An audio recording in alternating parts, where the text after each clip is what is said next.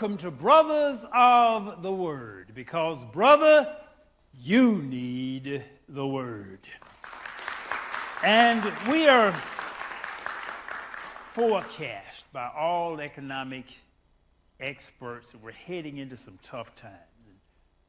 And you know, there are seasons of nature where you have summer, winter, spring, and fall. The very cycles of life have times of plenty, they have times of scarcity. Ecclesiastes simply says, you know, there's a season for all things. And as we go into varying seasons, I don't know what's coming. What I do know, as long as I am staying with God, I'm going to be fine. But I want to speak to you today, and it doesn't particularly have anything to do with what the experts claim is coming, because they don't know. I want to speak to you from the simple subject of don't sweat the small stuff, because it's all small stuff. And I want to use the words of Jesus today, particularly Luke chapter 12, beginning at the 22nd verse. You've heard this many times. Then Jesus said to his disciples, "Therefore I tell you, do not worry about your life, what you will eat, or about your body, what you will wear. For life is more than food, and the body more than clothes. Consider the ravens. They do not sow or reap. They have no storeroom or barn, yet God feeds them. And how much more valuable you are than birds. Who of you, by worrying, can add a single hour to your life? Since you cannot do this very little thing, why do you worry about the rest? Consider how the wild flowers grow. They do not labor or spin, yet I tell you, not even Solomon in all his splendor was dressed like one of these. If that is how God clothes the grass of the field, which is here today and tomorrow is thrown into the fire, how much more will he clothe you, you of little faith? And do not set your heart on what you will eat or drink.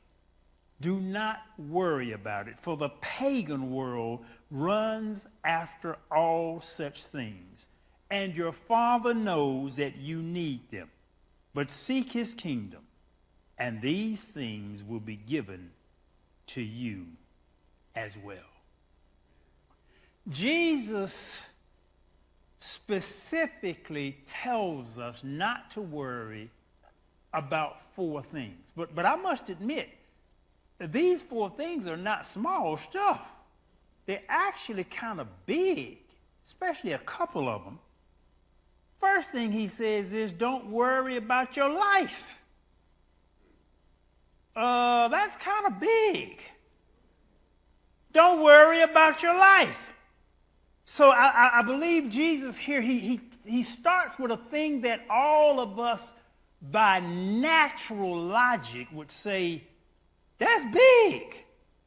There's nothing bigger than my life. He said, don't worry about your life. Then he says, don't worry about what you will eat. We just came back from our annual brothers trip, and one of the main things we worry about on our trips is what we're going to eat. You know, that's a real big issue. What are we going to eat today? We talked about the breakfast, the buffet at the hotel, and we talked about, I got this on the buffet. What are we going to eat? Then we talk about lunch. We found this nice little, what are we going to eat lunch today?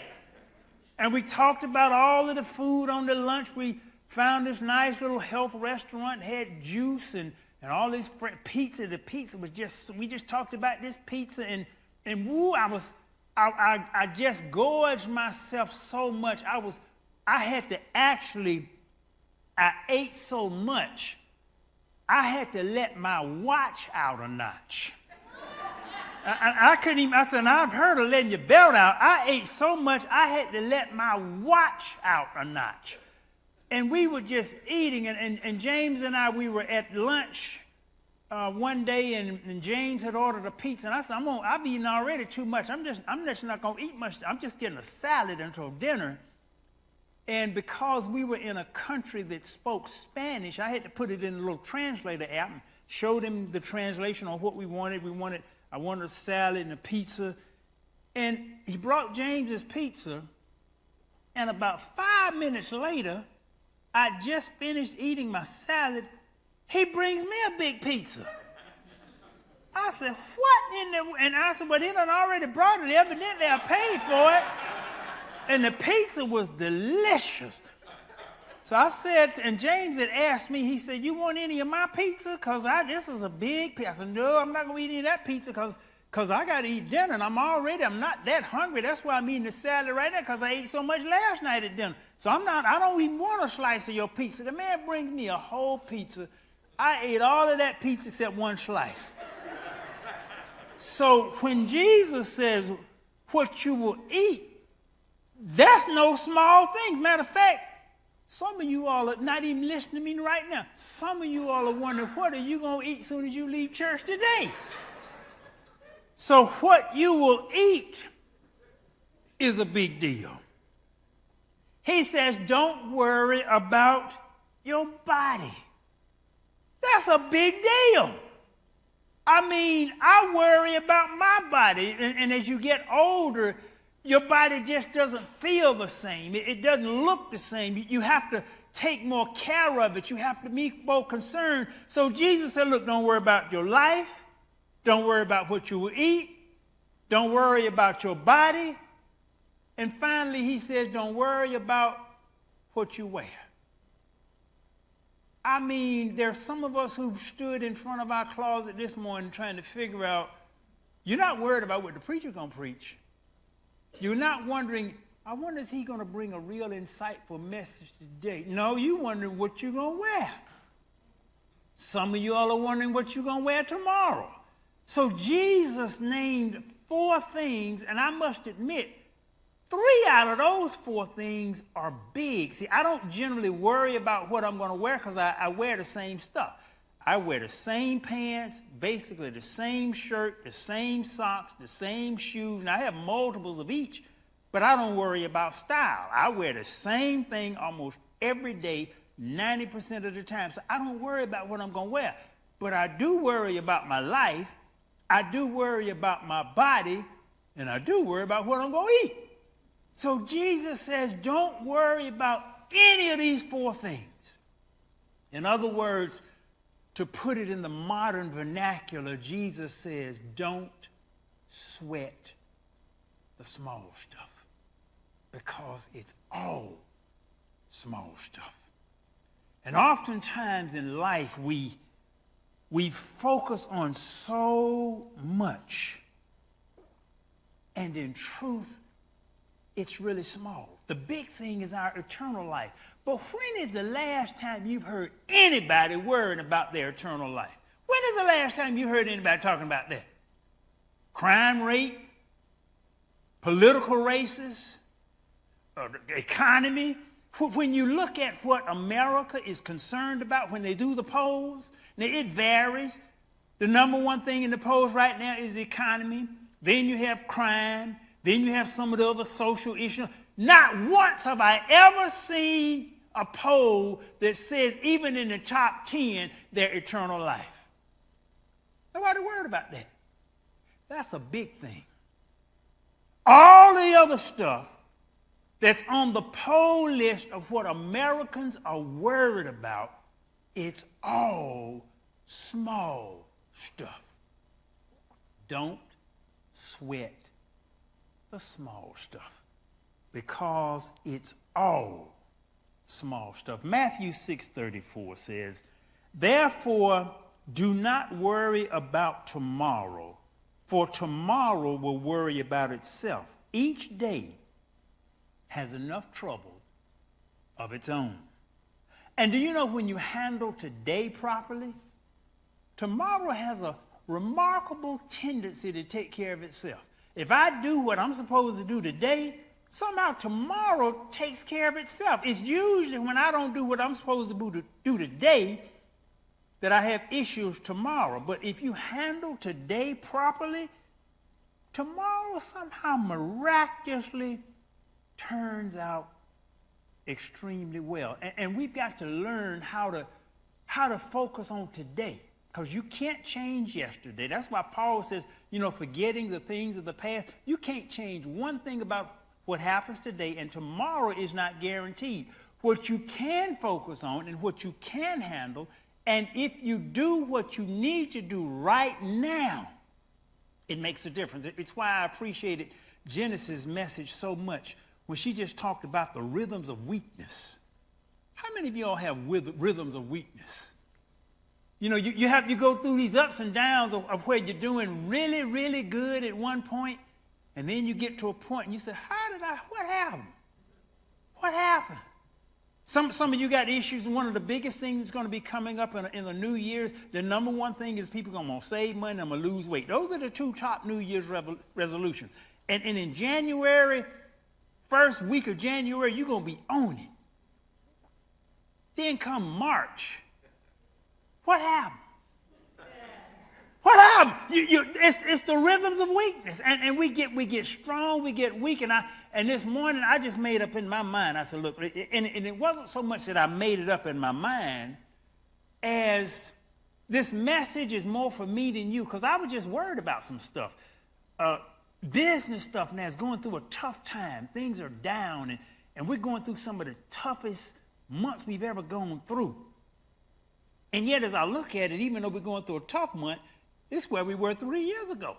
We just did so well in the last couple of years, you drop back down, look like it's so bad, but really when you look, that ain't that bad. That's where we were 3 years ago. But you begin to worry because of what all the economic experts say, and you forget the blessings that God has granted you. So, and see, when we start worrying, George talked about really when you're trying to get, the number one thing you need to do is pray.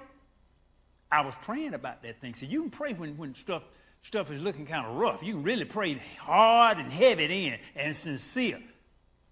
So I was praying, Lord, what about this business? And God said, look, he said, I done told you, and I done told you and James. Your business is going through a whole new level, but it's not going to be due to your efforts in the business. I'm going to handle it. What I need you to do is what I told you to do. How you doing on that? And that's my issue. How you doing on that? How you doing on what God has told you to do? See, it's easy to, put it on the president. Lord, if the president would just get right. It doesn't matter which president. It's always half the folk. When you think about it, a landslide political victory is 60% of the vote. That's a landslide. If you get 60% of the vote, it's considered so overwhelming, it's a landslide. But that means 40% of the folk don't want you. With a landslide, 40% of the folk don't want you. So politics is like that. No matter who the president is, no matter who the mayor is, no matter who your senator is, half the folk don't want them. And it's always going to be like that. I looked it up between the presidency, between Democrats and Republicans. I want to see, has there been an overabundance of one versus the other? Since the beginning, it's like 50.1 to 49.9. It's almost been a dead even split. So it doesn't really make that much difference who the president is. How you doing with what God has told you to do? See, Jesus simply says this: if you love me, what did he say do? Exactly. If you love me, keep my commandments. So how are we doing? And that's what God told me. He said, don't you worry about your business. You do what I have told you to do. And if you do what I have told you to do, I'll handle this other stuff. I'll give you breakthroughs that your brain cannot produce. I'll open up doors for you that you cannot. And when I look at the business, we work hard in it, and I'm going to still keep working hard, but all of our breakthroughs have had a divine element. So if we can just do what we're supposed to do today and not sweat the small stuff. All of this stuff in the world is small stuff. And none of the big stuff is on the pole. None of the big stuff. And America is not worried about any of the big stuff. Never been a poll of how you doing on God's laws. We're not even thinking about that. How you doing on making sure your eternal life is secured? We're not even thinking about that. All we sweating over, all we're worried about, all we're concerned about is small stuff. Don't sweat the small stuff because it's all small stuff. There was once a man was walking down the street and he saw a homeless man. Homeless man was just all shabby, dressed real raggedy, smelling the high heaven. And he came up to the man and asked him for a few dollars so he can get him some dinner. And the man went in his wallet and he took out a $20 bill. And then he asked him, he said, if I give you this money, will you buy some beer or some liquor instead of dinner? I said, no. I stopped drinking years ago. And he said, well, if I give you this $20, will you use it to go fishing instead of buying some dinner? The man said, no, I don't waste time fishing. I don't waste time fishing. I spend all of my time trying to stay alive. Then the man said, well, if I give you this $20, will you spend it on some hunting equipment? And the homeless man said, are you crazy? I haven't gone hunting in 20 years. Well, the man said, he said, I'm not going to give you this money.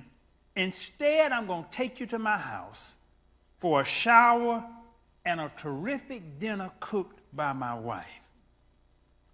And the homeless man looked at him kind of puzzled, and he said, won't your wife be mad at you for doing that, bringing a shabbily dressed, stinking, homeless man home for dinner? The man said, no, don't worry about that. I want my wife to see what a man looks like after he's given up drinking, fishing, and hunting.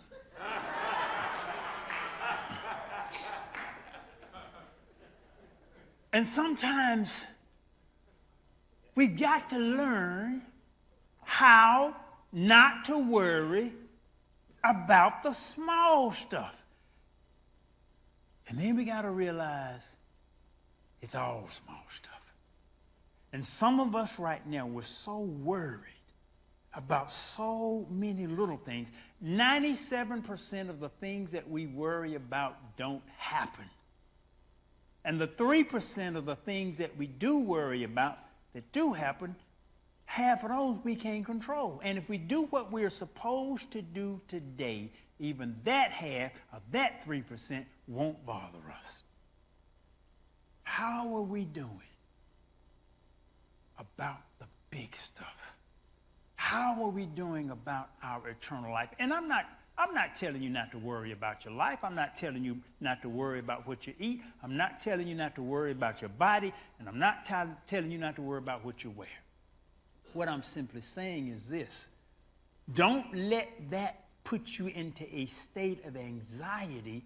Do what God has told you to do. And when you tune into what God has told you to do, you find out what he's told you to do takes care of all that other stuff.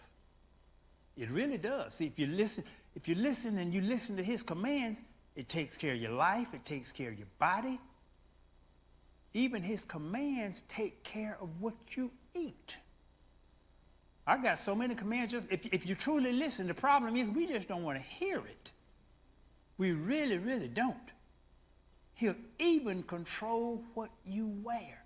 If you just listen to God and go and pray and seek his spirit. Lord, just guide me. See, most of us have never asked God, what should we wear? We don't even think about that. We're not spending time asking God. Most of us have never asked God, what should we eat? We eat what we want to eat. Most of us have never asked God, Lord, do you want me to do any regular fast?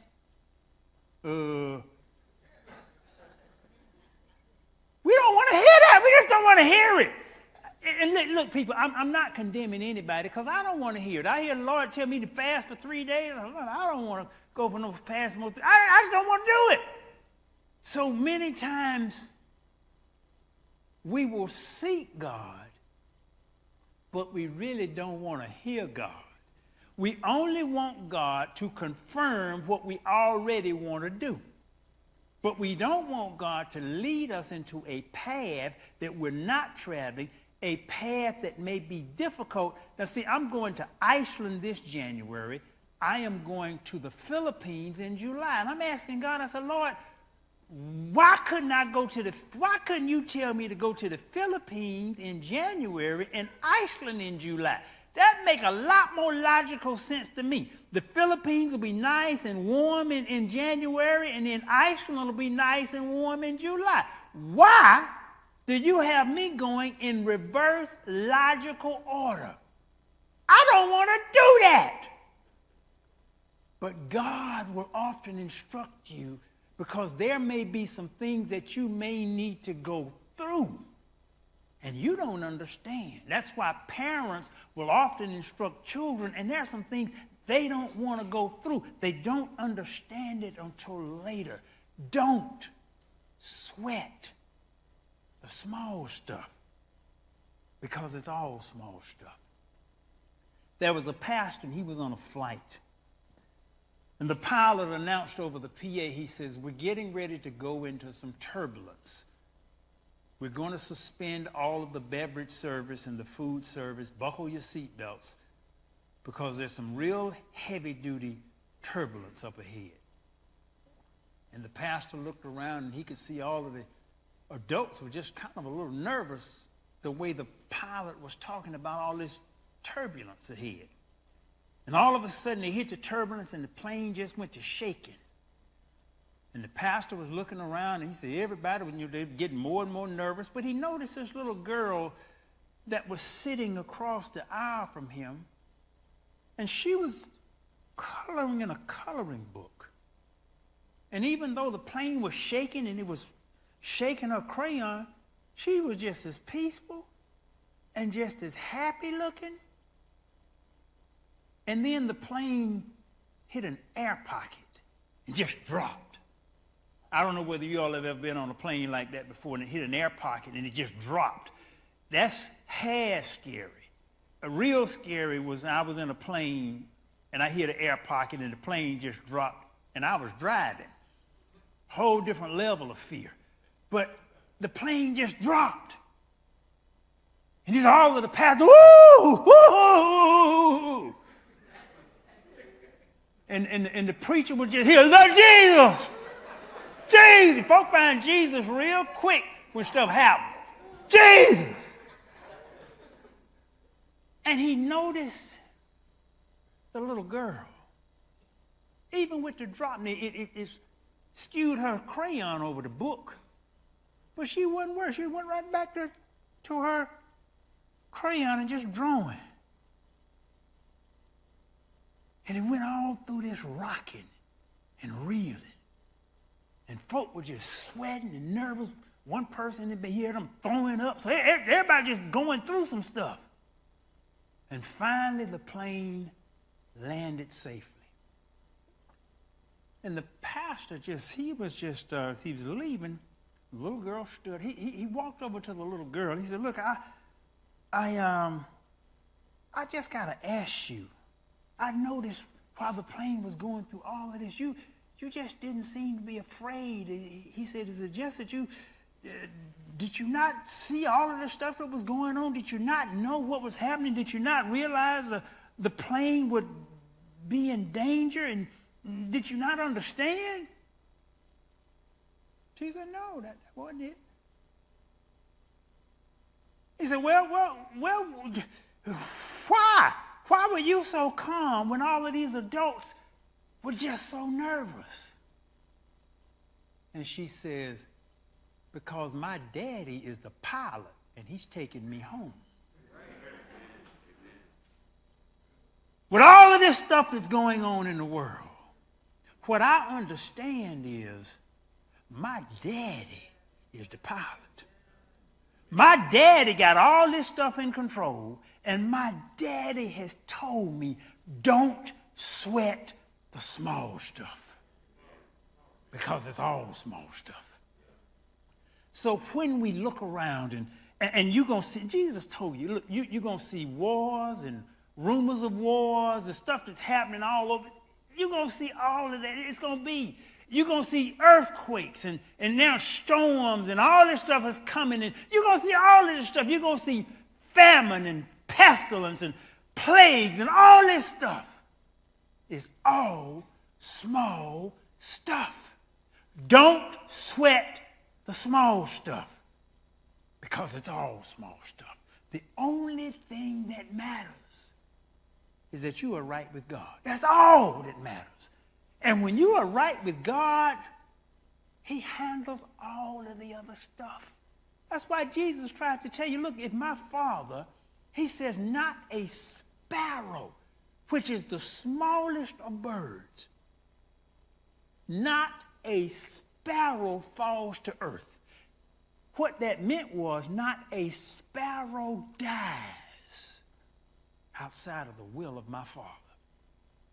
Not a sparrow, not the smallest of birds. When he said falls to earth, he means die. Not the smallest of birds die without the will of my Father. Which means if the smallest of birds cannot die outside of God's will, how can I die outside of God's will? Don't worry about your life. Don't worry about what you will eat. Don't worry about your body. Don't worry about what you will wear. It's all small stuff. And my daddy is driving. And my daddy got this.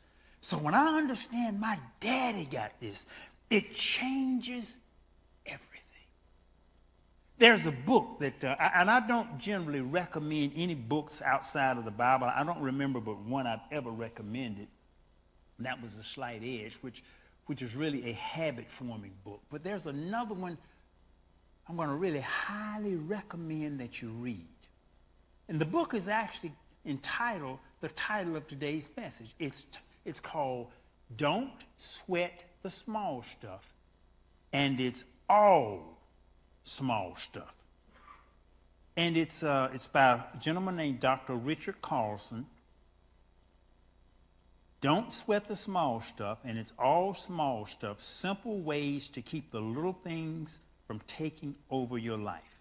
Now, this book has 100 chapters in it, but they're small chapters.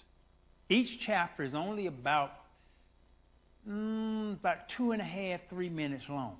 That's if you listen to the audio book. If you read it, it's still small. But this book has so many gems and nuggets. I've got about 6 things out of this book that's changing my life in terms of things I'm going to do on a daily basis. So it's a small book. It's a quick read.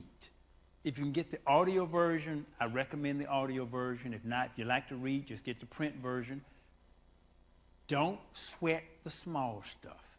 And it's all small stuff by Richard Carlson. It's a book that will truly help transform your life and your world. And even if you just get one thing out of it, and I guarantee you get more than one. Out of those 100 chapters, you're going to get several things that will influence and change the way you think and will help change your life. Because people, we're too anxious about too much stuff. Too much stuff is worrying us. Too much stuff is causing us where we can't sleep at night. Too much stuff is taking our peace away. Too much stuff. And it's all small stuff. It's all small stuff. Well, Pastor, you just don't understand. Shoot, if you was married to who I was married to, it's all small stuff. Pastor, you just don't understand. If you knew what my job is, all small stuff. Jesus said, look, if I feed the birds, if I clothe the lilies of the field, even Solomon with all of his glory was not arrayed as one of these. If I can do all of that, how do you possibly think then my Father will not take care of you. All you need to do is keep my commands. But you got to know his commands. So I'm admonishing you, spend some time in prayer. Like George said, spend some time in prayer. And yes, understand, like Genesis says, you're going to have the cycles of weakness. You're going to go up and down. But when you fall off the wagon, don't roll down the hill. And stay down. Get back up, get back on that wagon. All of us, we go through these cycles. Get back up and get on that wagon and get you a partner that will help pull you back up when you fall off the wagon. Don't sweat the small stuff because it's all small stuff. Get that book, Don't Sweat the Small Stuff, and it's all small stuff by Dr. Richard Carson.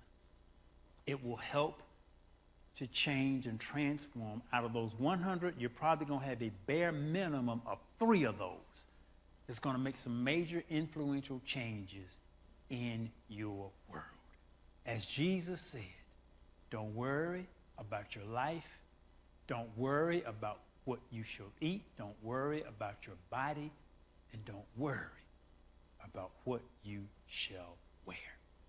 Thank you for joining us today at Brothers of the Word. You can go to brothersoftheword.com, listen to this entire message again absolutely free, or send it to a friend absolutely free of charge. Thank you for joining us today at Brothers of the Word, because, brother, you need the Word. From Brothers of